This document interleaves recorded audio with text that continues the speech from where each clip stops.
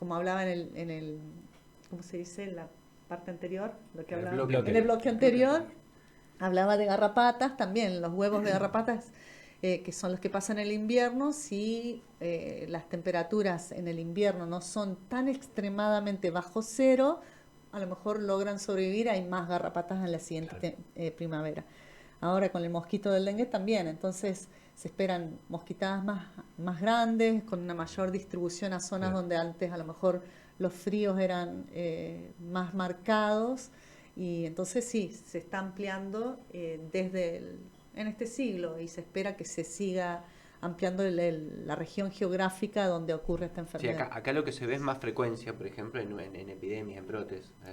Qué sé yo, hubo una en el 2016, otra en el 2020, ya ahora 2022/2023 ya hay otra, y es Sí. como que parece como que cada vez más seguido, digamos. Sí, desde el 2009 que 2009. volvió a aparecer las epidemias de dengue en nuestra provincia, están siendo recurrentes, pero siempre con casos que traen al virus del dengue desde afuera. O sea, Claro. siempre se dice que los primeros casos son importados. Luego sí, ya cuando no se logra a tiempo bloquear, que eso sería interesante también hablar de los bloqueos que lleva adelante los equipos de salud que coordinan cada localidad, se coordinan esos Claro. esfuerzos. Entonces, Aprovechamos el saludo a Mariana. a Mariana A Mariana Maglianese, que Maglianese. lo coordina acá, y que es gente de mucha confianza y que trabaja muy bien, y que por eso es importante cuando se acercan a un hogar avisando que están haciendo un bloqueo de casos de dengue, es importante dejarlos trabajar, porque de esa manera se logra frenar un poco el que se Claro. disperse. ¿Te Porque referís a ese operativo que se hace cuando se detecta un caso de dengue y inmediatamente aíslan a la persona, empiezan a descacharrar alrededor, empiezan a fumigar? ¿A ese operativo te estás refiriendo? sí, Ah, sí, es en la manzana donde hay un caso de dengue, a todas las manzanas, las 9 manzanas que hay alrededor de esa manzana, se pasa casa por casa pidiendo asistirlos en el descacharrado, porque muchas veces las personas no tienen hecho el ojo de, mira, claro, nunca me hubiera ocurrido mirar adentro una botella de cerveza que está allá en claro, el patio. Y uno da vuelta a la botella y a lo mejor sí hay claro, huevos o larvas. Claro. Entonces, el asistir a los vecinos en mostrar dónde puede ser que hay un criadero es lo que y de paso darle medidas de prevención, de usar repelentes y ropas de mangas largas para evitar las picaduras. Y bueno, y se fumiga porque se sabe que en esas manzanas puede haber Adultos contagiados. adultos infectados con el virus. Ahí sí se justifica a lo mejor la fumigación, y además es una fumigación que trata de llegar Claro, a los patios, los claro. corazones de las manzanas, que son donde suele estar este mosquito. Esas otras fumigaciones que la gente le gustaría ver, que es que se fumiga desde una camioneta, un poco Claro. así, a todo Sí, el parque, no son muy efectivas, porque esas gotitas que se está tirando, ese veneno que se está tirando, le claro, tiene que pegar al mosquito. claro, Entonces es muy poco la probabilidad, y no tiene un efecto que queda en claro, el ambiente matando mosquitos, sino que es en el momento, y por eso tiene que ser hecho bien donde está el mosquito, en las horas que está, y solamente cuando se justifica claro. En el mejor de los ese casos esfuerzo. matará a aquellos mosquitos que están en la calle, pero no va a llegar hasta el que están en el patio, por decirlo de alguna Claro, forma. claro, sí. Y a lo mejor está también matando a depredadores naturales de las larvas de Claro, los mosquitos, los alguaciles, hay sí. un montón de por ejemplo, los anfibios que podrían estar también consumiendo las larvas en los Claro, ambientes es acuáticos. veneno que se comen todos, inclusive nosotros. Claro, O sea, sí, no está bueno. claro. Hay sí. otras formas de prevención, y no tanto la fumigación como una respuesta. Y eso lo que hace, perdón, que Sí. estoy tal vez sacando el foco de la entrevista, pero eso lo que hace es entonces evitar que es como retrasar la circulación comunitaria, eso es lo que el objetivo. Claro, claro, porque es muy parecido a lo del COVID, ¿no? Es Sí, como cuando hay un caso, esa persona, si la pican los mosquitos, puede estar infectando mosquitos que después estarían picando y transmitiendo. Entonces, se trata de que esa manzana donde esas manzanas donde hay mayor riesgo, las personas tengan mucho más cuidado y haya menos circulación de mosquitos para que no se siga transmitiendo. Sí, había oyentes que estaban consultando, digamos, uno tenía que ver, preguntaba sobre si, por qué en verdad en los lugares más urbanizados hay más casos de dengue que en el campo. Ujú. Puede llegar a ser también por... Sí, por la cantidad de gente que hay en las ciudades, ¿no? El hacinamiento, la posibilidad de que un mosquito encuentre otra fuente de alimento con unas poblaciones tan densamente pobladas como están ahora, o sea, entonces eso fomenta que haya más transmisión. En los ambientes naturales o en el campo, los mosquitos también pueden alimentarse de otros mamíferos, ¿no? Y pueden encontrar en vez de cacharros a lo mejor lugares donde se acumula agua naturalmente, como un tronco de un árbol, algo así. Pero no es la misma cantidad de criaderos que encuentran en los ambientes urbanos y no es la misma cantidad de potenciales hospedadores como encuentran. Fíjense que acá somos ¿cuántos? Somos 6. Acá adentro somos seis. Entonces, Hay 2 más de aquel lado. sí, Sí. es una densidad importante. Si hay Claro. un mosquito acá, Ya está. sí. Sí, y tiene dengue, puede picarnos a los 6 tranquilamente y nos Claro. contagia a los 6. Y bueno, y ese es el tema también importante a tener en cuenta, que no Todos siempre, empezamos a mirar. no siempre las enfermedades se producen de la misma manera, ¿no? Es como que depende la dosis del patógeno que encontramos, con la que nos exponemos, depende nuestro estado de salud, ¿no? De nuestro sistema inmune, depende también cuánto nos dejamos estar para recibir atención médica, Claro. qué tan buena es la atención médica que recibimos, qué tanto seguimos los consejos que nos dan, o sea, un montón de situaciones que hacen que una persona que tenga dengue le pase que sea más suave y a otras personas que sea más grave y a algunas lamentablemente puede causar la muerte. Claro. Porque hay un montón de factores que influyen en cómo se da esa enfermedad. ¿Es cierto eso que si te pica 2 veces, o sea, si tenés 2 veces la enfermedad, la segunda es como muy probable que sea grave? Hay más probabilidad Ujú. porque como hablábamos en un comienzo, hay 4 variedades diferentes del virus, el que se llama de 1, 2, 3, 4. Y entonces lo que ha estado circulando mucho acá en la ciudad de Santa Fe al menos es el dengue 1. Entonces Mirá. ahí hay un mosquito justo. Mirá, lo maté. Fíjate Acá si está. tiene las patitas negras y ¿Lo blancas. toma ahí la cámara? No, pero es muy grande, parece. Es muy grande, sí. Y medio amarillito, es un culex No, en género. Sí, tiene un culex. Culex. Muy bien. Entonces, hay Lo salvé, ¿eh? 4 tipos de dengue diferentes y el que ha estado circulando principalmente es el dengue 1. Si una persona se infecta con dengue 1 en esta epidemia y después va a Brasil o a Paraguay en unas vacaciones y allá encuentra estas otras variedades del virus circulando, tiene que protegerse de no ser picado para evitar esa posibilidad de que se infecte con otra variedad Claro. del virus. Al infectarse con otra variedad del virus, por una cuestión de cómo responde el sistema inmune, a veces se vuelve más grave y se produce ese dengue grave, dengue hemorrágico, también han escuchado. Claro. Sí. Pero también no quiere decir, como yo hablaba en un principio, que una persona, por su sistema inmune, por cómo se dieron los síntomas, por la primera vez que se agarró dengue, también puede haber una probabilidad de que sea grave igual. ¿Sí?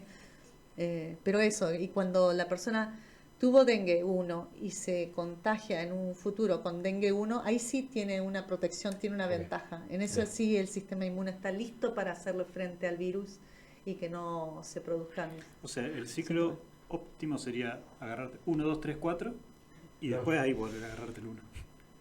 Ah, pero tenés que pasar todas esas. No, claro. no, porque si ya te agarrás, o sea, el tema No, es no. que tuviste uno y después tenés Sí, 2, por pero ejemplo. No, te Dos. conviene tener uno y después tener uno. Claro, Te bueno, conviene pero en algún tener momento te va a ninguno. agarrar. Sí. O sea, la- Gente, no tengamos. Claro. No te vayan a buscar el Es un dedo. álbum de figuritas, digamos. Claro. Pero si lo completás, estás. No, claro, el tema es que te aumenta, o sea, ¿hay alguna combinación especialmente virulenta? O sea, después del 1 llegar a 1, 3 es una combinación mala, No, eso no se sabe. no sabría, Por lo que dice es muy heterogéneo, ¿no? O sea, incluso Sí, con sí. una sola, una sola cepa podés llegar a tener un cuadro grave. Sí, Eh, sí, por eso es muy variable. Y lo que acá importa, no nos olvidemos, es que si uno tiene fiebre y que dolores musculares, lo cual es muy parecido a un montón de otras enfermedades, pero uno no tiene congestión. Por ejemplo, uno dice, Claro. bueno, no me duele la garganta, Claro. no tengo congestión. Entonces ya uno puede descartar estos virus respiratorios y dice, lo que siento es dolor en el cuerpo y bueno, me hago la consulta. ¿Por qué? Claro. Porque si a uno le diagnostican, uno sabe que tiene que ser extremo en cuidarse, Claro. ¿no? O sea, de que no te piquen los mosquitos, de quedarse guardado, Claro. de usar repelente, de evitar las picaduras. Entonces el diagnóstico está bueno saberlo. Y para ir a tener ese diagnóstico, obviamente hay que ir evitando que te piquen los mosquitos, ¿no? Claro, totalmente. Porque si va, Y sí. entonces ahí es donde hay que tener también cuidado. Además, es para que se active este protocolo de aislamiento, tenés que tener un Tenés que diagnóstico. comunicarlo, Claro, si no, no- se tiene que saber. Y ese es el tema, ¿no? Que no, lo que vemos a veces es que las personas hacen un intento con mucho esfuerzo de lograr en la consulta el diagnóstico y no todos los lugares tienen la capacidad de tomar la muestra de sangre Claro. y la muestra de sangre que sea analizada por los laboratorios del Estado. Son en algunos lugares, en otros es costoso, entonces Claro. hay que tratar de que con lo que hemos aprendido a través de la epidemia del COVID, estar mejor preparados para hacer frente a estas otras epidemias. Estas también Es que, tendrían lo, que... lo que tengo entendido es que efectivamente ahora está la infraestructura en términos del equipamiento, lo que no hay son reactivos, por un Ujú. problema argentino de que tienen problemas para meter cualquier cosa, o sea, para importar, digamos. Claro, claro. Sí, Pero ese entiendo que el problema del diagnóstico ahora es ese, el Sí. diagnóstico mediante técnicas de laboratorio, ahora Claro. que se hace diagnóstico clínico, me parece. sí, entonces en el laboratorio también lo otro que es una lástima es que no se pueda contar con los resultados durante el fin de semana o feriados como era con el COVID. No hay Ujú, guardias claro. que estén haciendo los análisis durante el fin de semana, como era en Ujú. esa época. Y me Claro. parece si queremos hacerle frente a poder bloquear los casos a tiempo, Claro, sí. está bueno que se pueda recibir el resultado un sábado o un Sí, domingo y ya el lunes salir a bloquear, ¿no? Y por otro lado, como decís, cuando ya los reactivos empiezan a escasear, se diagnostica a las personas por nexo epidemiológico, dicen, ¿no? En las noticias pueden haber leído Ajá. eso. ¿Y qué quiere decir? Que si una persona en mi bar, en mi manzana o en mi familia se le diagnosticó dengue y yo empiezo con síntomas, Sí. me dicen por nexo epidemiológico, Sí, sí, sí. consideramos Pasó con que el COVID. son de... Como pasó sí. con el COVID, en un momento se dejaron hacer test y Sí. se Nos escribe, contagió mucho. nos escribe Mariana y dice, bueno, la inmunidad es permanente con una sola variante, dice Mariana, Ujú. por una sola variante. Después dice, son enfermedades de denuncia obligatoria y muchos efectores privados no lo denuncian. Mariana Eso- es una, Mariana Maglianese, es una eh, experta, Es- para la audiencia, es- digo. sí, ella está a cargo del área de control de vectores de de la la- región Santa Fe del Ministerio de Sí. Salud. y pasa eso, pasa que a veces los privados no responden a esta obligatoriedad Claro. de tener que... Sí. Te voy a traer un poquito más a algo que dijiste en un momento que tiene que ver con esto de las fumigaciones y que terminan matando otros animales que sí son importantes. En este último tiempo se viene hablando de un nuevo paradigma que es el paradigma de una salud. ¿Querés contarle un poquito a la gente de qué se trata este paradigma y por qué está relacionado con esto, de no fumigar y matar todo? Y bueno, también se mata el mosquito, digamos. Claro, sí, el paradigma de una salud o One Health, que es a nivel mundial, se lo está reconociendo como la manera que deberíamos abordar estas enfermedades que tienen un componente fuerte ambiental, que son sobre todo estas vectoriales, ¿no? Como las de las garrapatas, las de los mosquitos, o como el Chagas, que tiene la vinchuca, o estas zoonosis, que tienen un componente animal involucrado con nuestra salud y también entonces pensar que la salud humana no puede ser entendida solamente con lo que nos importa a nosotros sobre nuestros síntomas, dónde atendernos, dónde buscar diagnóstico y solamente centrarnos en eso, sino que hay que pensar el de dónde viene y en la salud del ecosistema en general, la salud de los animales que están involucrados. Claro. Entonces, ahí pensemos en dengue, ¿no? Entonces, cuando uno piensa salud ambiental, a lo mejor estos ambientes más limpios, con menos plásticos, para que haya menos microplástico, claro, que nos afecte el cerebro, ¿no? Pero esos ambientes con menos alterados en cuanto a la perturbación de los seres humanos que van tirando cacharros, recipientes microbasurales donde se acumula agua, en latitas, en un montón en lonas, en un montón de superficies, es un ambiente más sano. Y los animales, cuando pensamos en salud animal, sería una comunidad de animal más diversa, en donde haya depredadores de mosquitos, donde haya anfibios, que las larvas coman los estadios de los mosquitos en el agua, donde haya alguaciles, donde haya murciélagos que puedan estar también comiendo los mosquitos adultos. Una comunidad saludable hace que disminuyan estos problemas de salud para los seres humanos. Entonces, una salud sería salud ambiental, salud animal, salud humana. No solo para entenderla, sino para buscar estrategias para controlarla. Entonces, no solo decir, bueno, para entenderla tenemos que considerar esto, esto y esto, sino para controlarla hay que considerar la salud ambiental, la animal y también la nuestra. Sí, es muy interesante este concepto de una salud. Y voy a hacer el pie también a una forma de hacer ciencia, investigación, y principalmente porque el concepto de una salud es tan amplio y que es tan inter y transdisciplinar, que involucra un montón de campos, y al mismo tiempo no subestima también el conocimiento de la gente, digamos. Propone esto de no subestimar, de trabajar juntos y no desde una manera verticalista, digamos, de eso de la campaña publicitaria del dengue venga de arriba hacia abajo, del que sabe más al que sabe menos, y poder jerarquizar un poquito los conocimientos que tienen de cada zona y de cada lugar los pobladores locales y la gente, ¿no? ¿Qué es esto de que hablábamos recién de la investigación de acción participativa y qué beneficios trae?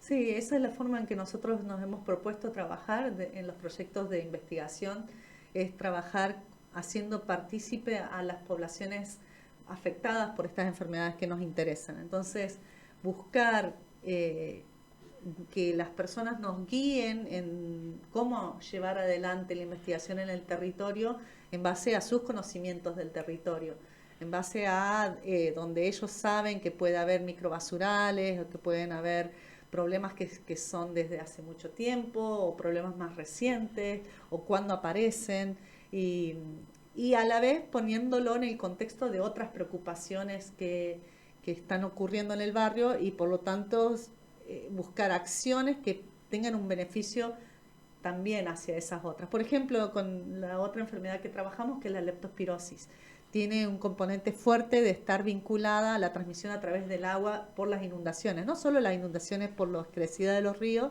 sino también por las lluvias fuertes y las calles que se anegan.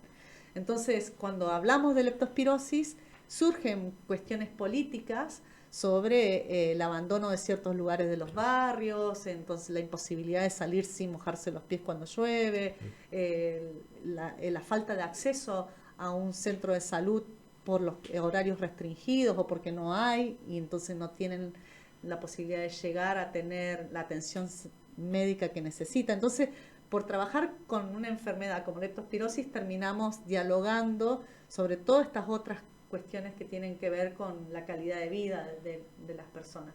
Y entonces ellos, al involucrarse en talleres de mapeo o de salir a tomar muestras de manera conjunta, van descubriendo el cómo, el dónde y el por qué puede ser que haya mayor riesgo en algún lugar y no en otro, y entonces de esa manera ir trabajando sobre esos lugares más preocupantes. Ha pasado, ¿no?, un mayor éxito en la recolección de datos, por ejemplo, de leptospira, gracias a la participación de la gente, que sin la participación de la gente no hubiera... Los datos hubieran sido diferentes, digamos. Sí, nosotros consideramos que fue determinante nuestra posibilidad de encontrar a la bacteria en barrios que hemos estado trabajando acá en el Gran Santa Fe, por haber estado dialogando con las personas en los lugares donde hay animales, normalmente, ¿no? Animales como de ganado. Ah, sí, allá siempre hay caballos, o allá antes tenían chanchos. O los perros andan un montón en esa esquina. Entonces, como todos estos animales pueden transmitir esta bacteria que es la leptospira, y hay lugares donde hay barro y hay lugares donde hay microbasurales, los identificamos de manera conjunta y fuimos a muestrear con vecinos y vecinas, y por más que era invierno, encontramos a la bacteria en muestras de agua en ese trabajo que hizo Julieta, que Claro. está escuchando. Eh, entonces, consideramos que fue fundamental trabajar con ellos para ver qué pasa en esos lugares que a la gente le importa. Eran los lugares también donde los chicos se bañaban en el río Claro. en el verano, o los lugares donde la gente tiene que pasar para ir a tomar el cole. O sea, hay cosas que está bueno saber para ir a estudiar ahí, y no en un muestreo que a lo mejor el científico en su gabinete piensa en el mapa una cuadrícula y puntos acá, acá, acá. Sería otra forma, ¿no? Pero en esta la consideramos un poco más relevante para la población. Y está bueno esto de que también hablabas, también bueno, vos en un principio en relación a, bueno, no, empezamos a trabajar también con el dengue porque es de lo que más se habla, y esto nos permite también un paralelismo con una enfermedad que es poco conocida y que uno está bueno aprovechar, porque en verdad está muy presente en la ciudad de Santa Fe, como la leptospirosis, ¿no? Sí. ¿Por qué? Esto creo que lo hablábamos fuera del aire. ¿Por qué es doblemente invisibilizada? ¿Por qué se invisibiliza tanto la leptospirosis? Sí, porque se ve que afecta sobre todo a personas que viven en condiciones de cierta vulnerabilidad social o sanitaria, y que en esos grupos son justamente los grupos en donde a veces tienen menor llegada a conseguir cambios en las políticas públicas que puedan mejorar la situación. Entonces, eh, por eso se considera una enfermedad desatendida. Y cuando eso sucede, muchas veces los casos quedan subdiagnosticados, como hemos visto nosotros al tomar muestras en personas para ver la posible exposición en el pasado a dengue y a leptospira. Encontramos porcentajes importantes para dengue, como en un 15% de personas que tenían los anticuerpos, o sea que quería decir que la habían tenido en algún momento en el pasado, Claro. pero no habían sido diagnosticados de Se dengue. puede hacer un dosaje de anticuerpos y determinar si una persona tuvo o no la enfermedad. Claro, ¿Es así? o tuvo o no la infección, Claro. ¿no? Si no sintió síntomas, no sería que se enfermó, Claro. pero sí se ve que sus anticuerpos encontraron al virus en algún momento en el pasado, ¿sí? Claro. O a la bacteria, del caso de la Y leptospira. si una persona, y te traigo de nuevo al dengue, o sea, perdón. Perdón porque lo estoy mareando, ¿no? Pero si una persona tiene infección, pero no tuvo la enfermedad, y recibe una segunda, o sea, es infectado nuevo con otra variante, nuevamente tiene chances aumentadas de desarrollar un cuadro grave, o en ese caso no es así. Y yo creo que me parece que todo depende del contexto, ¿no? De cómo, porque la duración de los anticuerpos también depende de mucho de cada persona, ¿sí? Ajá. Entonces, o pueden aumentar y bajar y desaparecer, o aumentar Claro. y quedar de por vida, como decía Mariana, Claro. o a lo mejor ser medio fluctuante. Entonces, Ajá. depende de en Claro. qué momento te encuentres con la infección, Claro. cómo estás, para ver cómo se puede llegar a desencadenar. Ujú. Bueno, Muy interesante. sí, no, interesantísimo, y siempre cuando es así nos queda la sensación, las ganas de seguir preguntando cosas, pero bueno, se nos está terminando el tiempo. Seguramente habrá otra ocasión, si tenés la amabilidad de volver al foro, tenemos muchas más preguntas para hacerte. Bueno. Pero bueno, queremos agradecerte el tiempo que te has tomado para explicarnos todo esto, que vamos a cortar, editar y subir a diferentes plataformas que va a estar disponible, Bien. y lo vamos a andar difundiendo tanto como podamos. Bueno, damos por cerrada la entrevista, no sin antes saludar y Quiero leer hacer algunos un comentarios. saludo grande a la Sabri que nos está viendo, con el Facu y con la mamá. También le mando un cariño muy grande al Facu y a la mamá de la Sabri, nos están viendo. Bueno, acá Mariana también dice, bueno, nos manda información, así que bueno, vamos a difundir mucho también lo que nos está mandando Claro. Mariana, y le agradecemos un montón por estar escuchando y por intervenir, ¿no? Claro que sí. Bien, nos vamos con una canción, tal vez hacemos alguna, tal vez una. Bueno, podemos irnos con una canción. Como termina este bloque de música legal, me tomé la molestia de elegir temas internacionales ahora, Ah, bien, porque vamos a tratar temas claro. que corresponden a la población mundial en el próximo bloque. Entonces nos vamos con un tema de Madonna, Papa Don't Preach. Claro, muy leptospirosis. Bueno, de vuelta, muchas gracias y será hasta la Gracias a ustedes próxima. por la invitación. Bueno, nos vamos con la música esta de Madonna.